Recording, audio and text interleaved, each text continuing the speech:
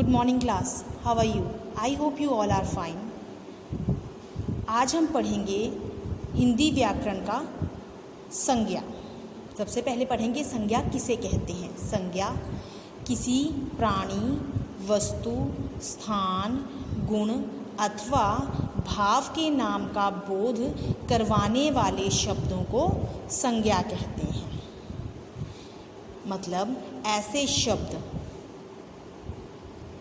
जिससे ये बोध होता है, ये पता चलता है कि वो प्राणी हैं, जैसे अशोक कुमार, कोई वस्तु है मेज, कोई स्थान है चंडीगढ़, कोई गुण है जैसे सुंदरता।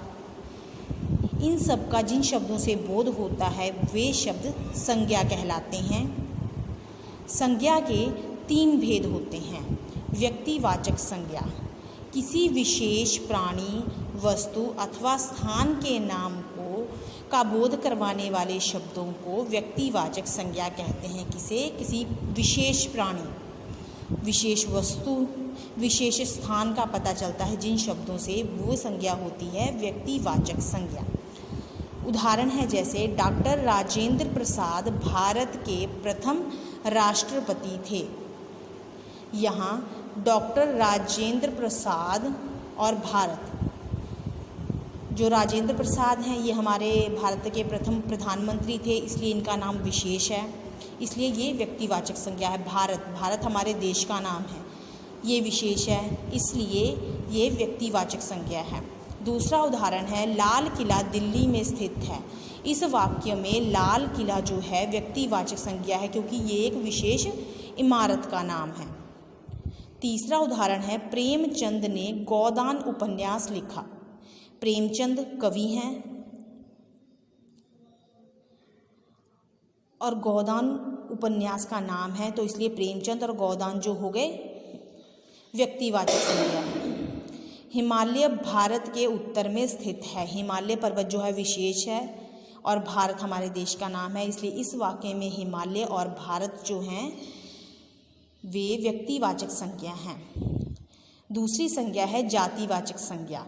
किसी एक जाति के प्राणी, वस्तु अथवा स्थान का बोध करवाने वाले जो शब्द होते हैं उन्हें जातिवाचक संज्ञा कहते हैं। पहला उदाहरण है मनुष्य एक सामाजिक प्राणी है।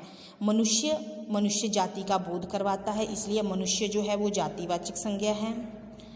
पुस्तकें मनुष्य की सच्ची मित्र होती हैं। पुस्तकें पूरी पुस्तक जाति का बोध करवाती हैं, इसलिए जो पुस्तकें हैं वे जातिवाचक संज्ञा हैं। बाल दिवस पर देश के प्रत्येक नगर को सजाया जाता है। नगर पूरे नगर का बोध करवाता है, इसलिए ये जातिवाचक संज्ञा है। अध्यापक ने छात्रों को पढ़ाया। अध्यापक जो है पूरी अध्यापक जाति का बोध करवाते हैं और छात्र पूरी छात्र जाति का, इसलिए ये दोनों जातिवाचक संज्ञा हैं। आगे जातिवाचक जो संज्ञा है उसके भी 2 भेद होते हैं। पहला होता है समूहवाचक संज्ञा। जिस संज्ञा शब्द से किसी समूह अथवा समुदाय का बोध होता है उसे समूहवाचक संज्ञा कहते हैं। जैसे गायों के झुंड ने खेत को तहस नहस कर दिया। जो झुंड शब्द है वे झुंड शब्द पूरे समूह का बोध करवाता है, इसलिए यह समूहवाचक संज्ञा है। आज सभी विद्यार्थी सभा में उपस्थित थे। जो सभा है पूरे सभी जो विद्यार्थियों की सभा पूरे समूह का बोध करवाता है, इसलिए ये भी समूहवाचक संज्ञा है। सेना के जवानों ने भूकंप पीड़ित की मदद की। जो सेना है वो पूरी सेना समूह का बोध करवाती है, इसलिए समूहवाचक संज्ञा है। दूसरी संज्ञा है द्रव्यवाचक संज्ञा। किसी द्रव्य, धातु अथवा पदार्थ का बोध कराने वाले शब्दों को द्रव्यवाचक संज्ञा कहते हैं। इनकी गणना नहीं की जा सकती। गणना होता है जैसे गिना नहीं जा सकता। इनको जो ये संज्ञाएं होती हैं इनको गिना नहीं जा सकता, इन्हें केवल नापा जा सकता है, जैसे 1 लीटर 2 लीटर, और तौला जाता है जैसे कि 2 किलो 3 किलो। उदाहरण है इसकी चांदी। जो चांदी है वो तौली जाती है। पीतल वो भी तौला जाता है। दही जो है मापा जाता है। घी जो है लीटर के हिसाब से मापा जाता है। तेल भी लीटर के हिसाब से मापा जाता है। शहद भी जो है वो लीटर के हिसाब से मापा जाता है। तीसरी संज्ञा है भाववाचक संज्ञा।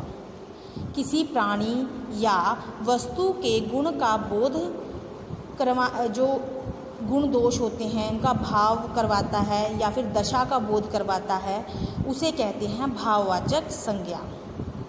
उदाहरण से आपको पता चल जाएगा कि भाववाचक संज्ञा क्या होती है। जैसे पहली उदाहरण है, माता पिता की सेवा सबसे बड़ा धर्म है। जो सेवा है वो क्या है? भाव है।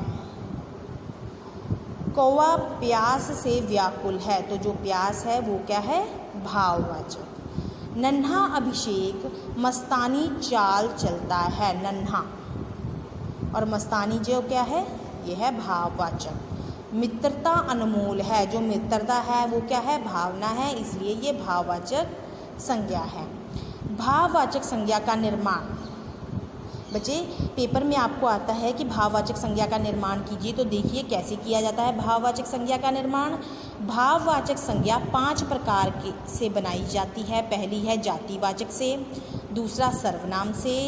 बच्चे जातिवाचक अभी आप पढ़ चुके हो। सर्वनाम होता है वे शब्द जो नाम के स्थान पर प्रयोग किए जा सकते हैं, जैसे कि हम, वह आदि। विशेषण से, विशेषण जो किसी की विशेषता बताते हैं। और क्रिया शब्द जो काम से रिलेटेड होते हैं, मतलब काम के बारे में बताते हैं। और ये हैं अव्यय शब्द। इन सभी 5 शब्दों से जो है हम ये भाववाचक संज्ञा का निर्माण करते हैं। जैसे है पहला जातिवाचक संज्ञा है शिशु। जो शिशु है पूरी शिशु जाति का बोध करवाता है, इसलिए ये जातिवाचक है। साधु भी पूरी साधु जाति का बोध करवाता है। विद्वान भी पूरी जाति का बोध करवाता है। कुमार, चोर।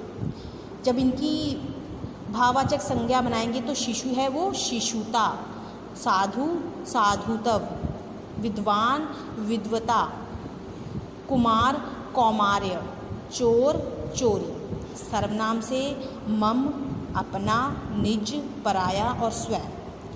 मम से बनेगा ममतव, अपना से बनेगा अपनापन, निज से बनेगा निजतव, पराया से बनेगा परायापन, स्वयं से बनेगा स्वतव। आगे है विशेषण। विशेषण जैसे निडर, नम्र, कुशल, गुरु, निर्बल। निडर से बनेगा निडरता, नम्र से बनता है नम्रता, कुशल से बनता है कौशल, गुरु से बनता है गौरव, निर्बल से बनता है निर्बलता। क्रिया शब्द जैसे कि मिलना, मांगना, ये कार्य होते हैं इसलिए इन्हें क्रिया कहते हैं। मिलना का बनेगा मिलाप, मांगना का बनेगा मांग।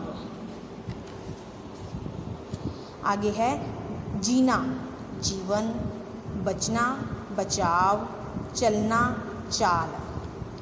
अव्यय शब्द, अव्यय शब्द होगा जैसे बारंबार, समीप, शीघ्र, तेज, बहुत। बारंबार हो गया बारंबारता, समीप हो गया समीपता, शीघ्र हो गया शीघ्रता, तेज हो गया तेजी, बहुत हो गया बहुतायत। तो इस प्रकार बनते हैं भाववाचक संज्ञा। Thank you and have a nice day.